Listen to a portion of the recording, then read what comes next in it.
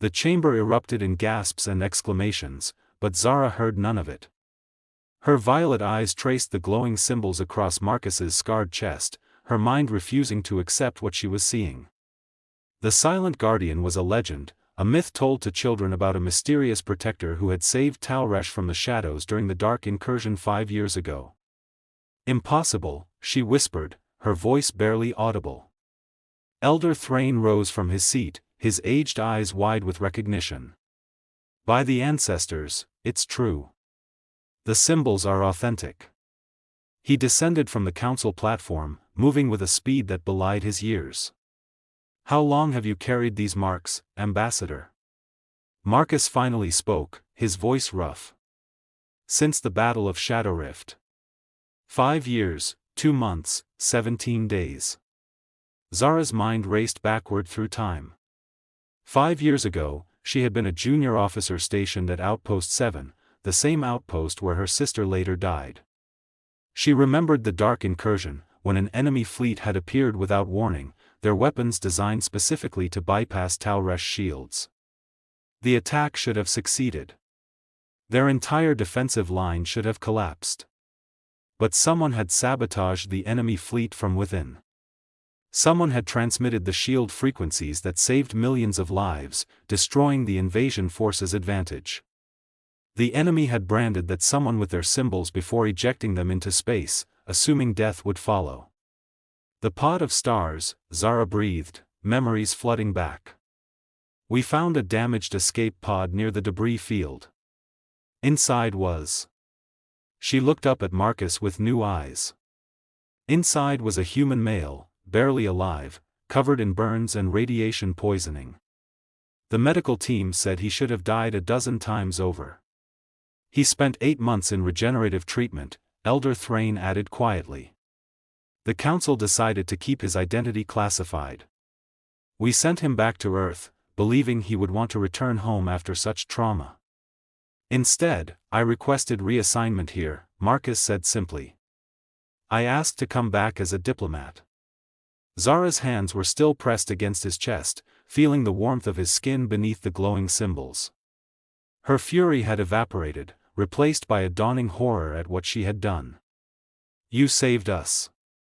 You infiltrated the enemy fleet, transmitted the frequency patterns, and endured torture rather than reveal you were working for us.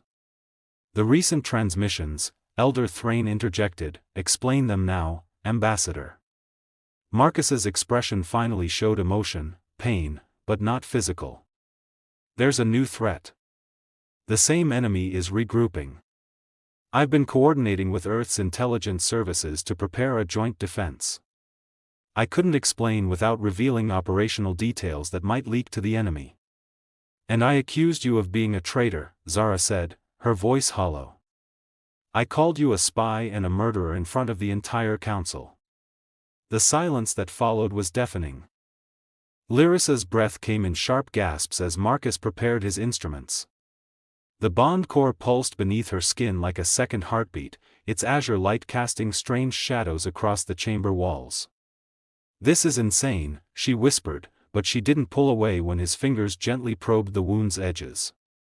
Insanity seems to be my specialty lately, Marcus replied, trying to keep his tone light despite the gravity of what he was about to do.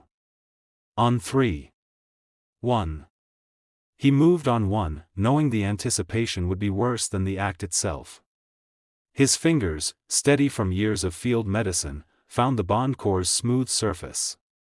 The moment he touched it, energy surged through him, a shock of connection that made them both gasp. Images flooded his mind, sprawling cities of crystal and light, now dark and crumbling. Children with navy blue skin and hair in shades of gold and silver, their laughter echoing through gardens that no longer bloomed. And Lyris, younger, standing before an assembly of elders, volunteering for a mission she knew might cost her everything. You see it, she breathed, her violet eyes wide with shock. You see my world. Marcus nodded, unable to speak. His hands trembled as he carefully extracted the bond core, feeling its warmth, its life. It was roughly the size of a human heart, shaped like a multifaceted crystal that seemed to contain entire galaxies within its depths. The moment it left her body, alarms didn't sound. Instead, the bond core blazed with brilliant light, and Lyris cried out. Not in pain, but in surprise. What's happening? Marcus asked, cradling the device carefully while pressing a medical seal against her wound. It's accepting you, Lyris said, wonder replacing fear in her voice. Bond cores choose their guardians. It's bonding to both of us. Her hand found his, their fingers intertwining around the glowing crystal. This shouldn't be possible. You're human. You're not chiral. The light intensified, and Marcus felt something shift deep in his chest, a warmth that spread through his entire body. When he looked at Lyris now, he didn't just see a wounded alien woman.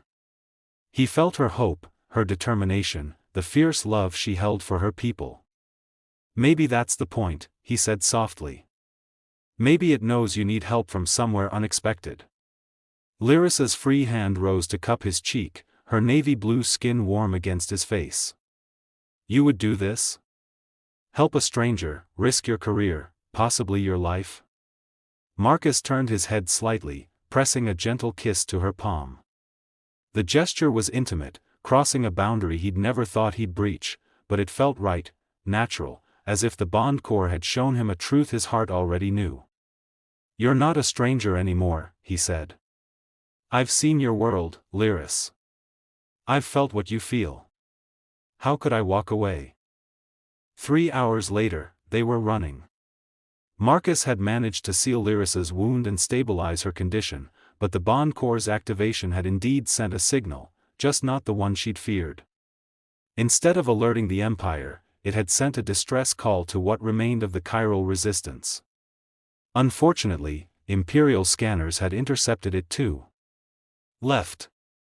Lyris shouted, her hand tight in his as they rounded a corner. Despite her injury, she moved with fluid grace, pulling him through passages she somehow knew intimately. Behind them, the heavy footfalls of Imperial soldiers echoed through the abandoned settlement. Energy weapons discharged, scorching the walls where they'd been moments before. Marcus's ship, the Meridian, was docked 3 sectors away, an eternity when being hunted. The bond core, now secured in a containment field on his belt, pulsed urgently, as if sensing the danger. There's a transit hub ahead, Lyris panted. If we can reach it. The explosion cut off her words. The passage ahead collapsed in a shower of debris and flame, blocking their path. Marcus pulled Lyris back, shielding her body with his own as fragments rained down around them. They stumbled into a side chamber, Marcus quickly sealing the door behind them. It wouldn't hold long, but it might buy them minutes. I'm sorry, Lyris whispered, leaning against him. I've dragged you into this. You should leave me, Anne. Stop. Marcus turned her to face him, his hands gentle on her shoulders. I'm not leaving you. We're in this together now, remember? Her violet eyes shimmered with unshed tears. You barely know me. I know enough. His thumb traced the curve of her cheek, marveling at the softness of her navy blue skin. I know you're brave enough to steal from an empire to save your people. I know you'd rather die than give up hope. I know, he paused, the words catching in his throat. I know that when our hands touched that bond core, something changed in me. Marcus. His name on her lips was like a prayer. The door shuddered under heavy impacts. They had seconds, not minutes. Lyris surged forward, capturing his lips in a kiss that tasted of desperation and promise. Her fingers tangled in his hair, pulling him closer as if she could somehow merge them into one being. Marcus responded with equal fervor, one arm wrapping around her waist while his other hand cradled the back of her head. The bond core flared between them, warm and bright, and through it Marcus felt everything, her fear, her hope, and beneath it all, a growing affection that mirrored his own impossible feelings. When they broke apart, both breathless, Lyris pressed her forehead against his. Whatever happens, she whispered, thank you for seeing me. For seeing my people. Marcus kissed her again, softer this time, tender. We're getting out of here. Both of us. I promise. The door exploded inward. Marcus moved on instinct, pulling Lyris behind a fallen support beam as energy bolts seared the air where they'd stood. 3 Imperial soldiers advanced into the chamber, their armor gleaming, weapons raised. "Surrender the Bond Corps and the Chiral Thief," the lead soldier commanded in mechanical standard. "The Empire offers mercy to those who comply." Marcus knew that mercy. He'd seen the aftermath of Imperial generosity on a dozen worlds. His hand went to his sidearm, but Lyris grabbed his wrist. Through their connection, the Bond Corps had forged something between them, a link that let emotions and thoughts flow freely. He felt her plan before she spoke it. "No," he said firmly. "Absolutely not." "It's the only way," she replied, her mental voice calm despite the fear in her eyes. "I'll distract them. You run. Take the Bond Corps to the resistance coordinates I'm showing you." Images flooded his mind, a hidden base in the outer reaches, coordinates precise and clear. But also, her acceptance of what distraction meant: capture, interrogation, death. "I said no." Marcus pulled her close, his lips finding hers in a fierce, claiming kiss. When he broke away, his eyes blazed with determination. "You said this Bond Corps chose us both. That means we're in this together, and I don't abandon my partners." The Bond Corps pulsed against his chest, and suddenly Marcus understood. The warmth he'd felt, the connection, it wasn't just emotional. The Bond Corps had been changing him, enhancing him, preparing him. He stepped out from cover, placing himself between Lyris and the soldiers. "I'm Captain Marcus Chen of the Terran Diplomatic Corps," he announced. "This woman is under my protection, and I'm invoking Article 12 of the Terran Imperial Non-Aggression Treaty. You will stand down." The lead soldier's laugh was harsh. "Your treaties mean nothing here, human. This is an internal Imperial matter." "Then you've just made it an interstellar incident." Marcus's hand moved with inhuman speed, the Bond Corps' gift, drawing his weapon and firing in one fluid motion. The shot wasn't meant to kill, just to disable. The lead soldier's weapon clattered to the floor, smoking. But his companions opened fire, and Marcus felt the Bond Corps surge, energy flowing through him like liquid fire. Time seemed to slow. He could see the energy bolts tracking toward him, predict their trajectories. His body moved in ways it never had before, dodging, weaving, returning fire with precision that should have been impossible. Behind him, Lyris wasn't idle. Her voice rose in a keening cry, a chiral battle song that made the very air vibrate. The Bond Corps responded, its light expanding into a shield that absorbed the incoming fire. Together, they fought like they'd trained for years instead of hours. Marcus felt her movements through their link, anticipated her needs, covered her blind spots. And she did the same, their combat becoming a deadly dance of perfect synchronization. When the last soldier fell, stunned but alive, they stood together in the smoking chamber, breathing hard. The Meridian broke atmosphere 3 hours later, Imperial pursuit ships falling away as Marcus engaged the faster-than-light drive. They'd made it, barely. In the ship's medical bay, Lyris sat on the examination table while Marcus checked her vitals. The Bond Corps rested between them, its light now a steady, gentle glow. "Your people," Marcus said softly, "the coordinates you showed me." "How far?" 3 weeks at standard FTL speeds, Lyris replied. "But Marcus, you don't have to." "I want to." He took her hands in his, marveling at how right it felt. "What we have, what's happened between us, it's not just the Bond Corps, is it?" Lyris shook her head, blonde hair cascading around her shoulders. "The Bond Corps doesn't create feelings. It only reveals what's already there, amplifies connections that truly exist." Her violet eyes met his. "What I feel for you, what you feel for me, it's real." Marcus cupped her face, his thumb tracing the elegant curve of her cheekbone. "In less than a day, you've become essential to me. I know how insane that sounds. No more insane than a human and a chiral being chosen by a bond core together. Lyris smiled, and it transformed her face, made her radiant. My people have a saying, the heart knows what the mind takes time to learn.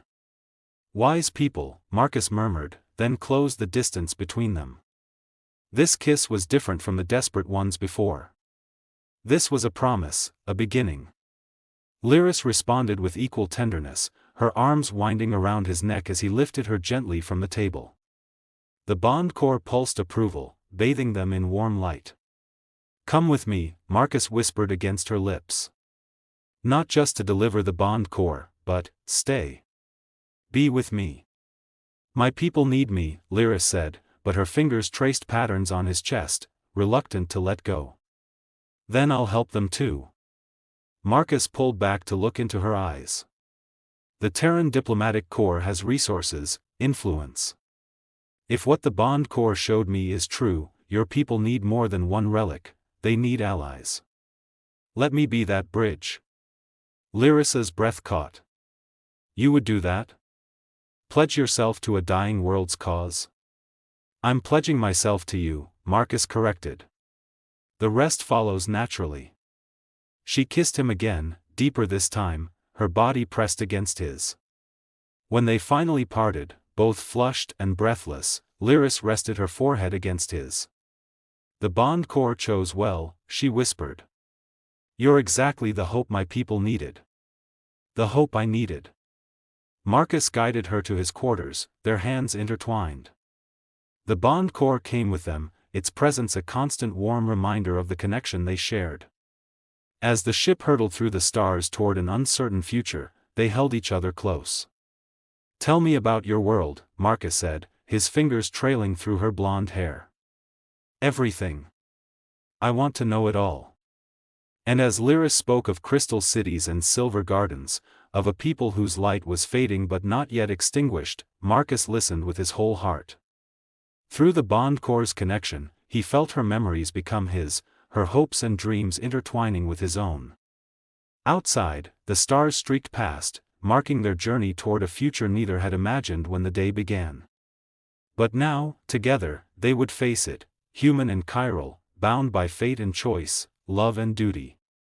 The bond core pulsed gently between them, a promise of the destiny they would forge together, and the world they would save. The end.